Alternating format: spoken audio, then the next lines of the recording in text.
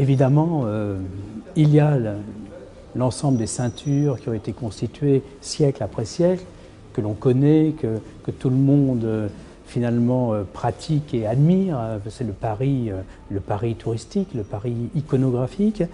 Mais déjà, on voit, fin 17e, le premier grand projet du Grand Paris. On a ici, autour de la ville, la campagne, du haut des hauteurs de Belleville. À cette époque, il n'y a pas évidemment les 20 arrondissements que nous connaissons aujourd'hui. Et déjà au-delà du territoire urbanisé de la capitale, on voit une première ville nouvelle, conséquente, tracée, reliée avec la capitale, qui est Versailles. Donc moi je vous propose cette visite d'année en année, ou plutôt de décennie en décennie, pour voir comment cette idée du Grand Paris était déjà là et comment elle s'est transformée pour devenir l'enjeu du siècle à venir.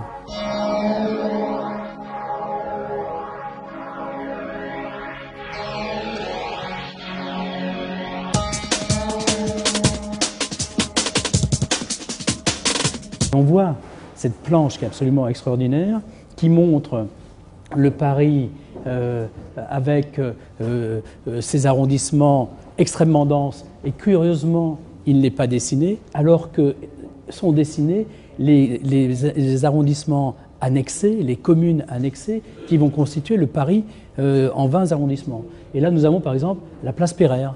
Donc on marquait là une place, on construisait quelques bâtiments, on traçait des avenues, et petit à petit, la ville allait venir se greffer. Ce qui veut dire, et ça c'est un élément qui persiste évidemment dans la stratégie du Grand Paris, que le vide est l'avenir de la ville. C'est-à-dire qu'une ville ne peut pas se transformer si elle ne protège pas ses vides, ses espaces libres. En fait, on dirait aujourd'hui, le vide, c'est le matériau durable de la métropole.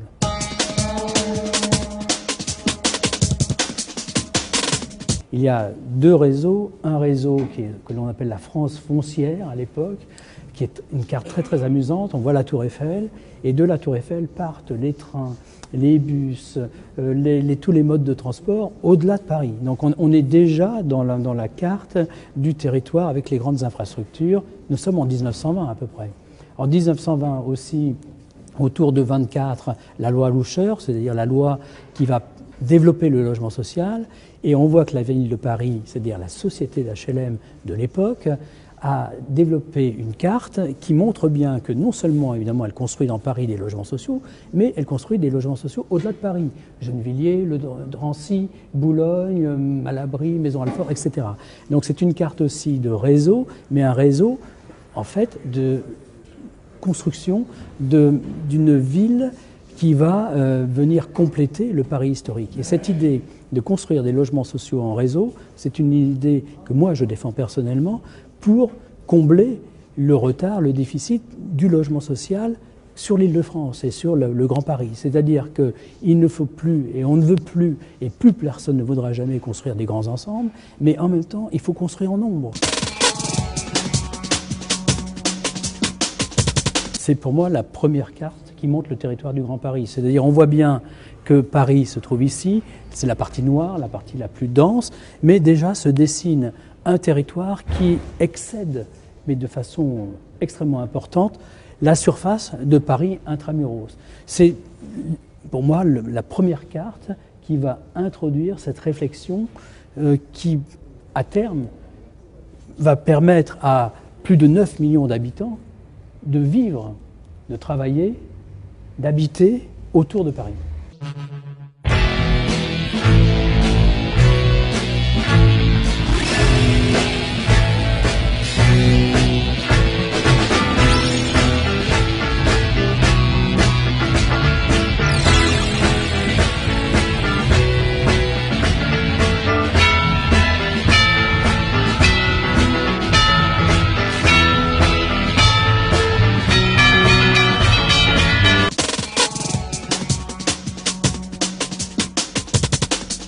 Alors après les utopies du mouvement moderne que Paris Match a extraordinairement bien montré, quelques années plus tard, dans les années 80, ce sont les retrouvailles avec la ville, mais la ville romantique, la ville inoffensive, la ville poétique.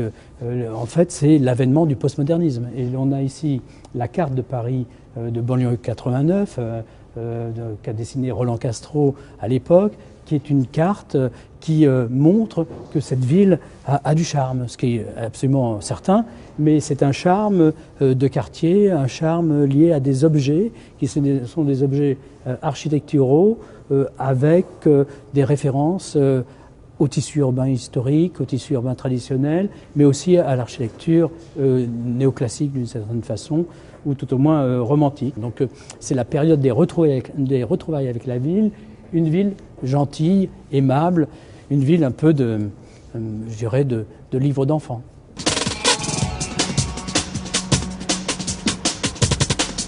Après être passé du Paris des années 80 dessiné à l'aquarelle, le clou de l'exposition, c'est évidemment cette magnifique et très impressionnante carte numérique, le Paris vu par Google et masterisé par le pavillon de l'Arsenal, donc un document tout à fait extraordinaire qui montre tous les projets qui se développent dans la capitale, mais aussi sur l'ensemble du territoire du Grand Paris, un objet inépuisable de découverte et d'information, une chose absolument à venir voir. On a des informations de ce qui se passe autour de soi. C'est évidemment la première question que chacun se pose.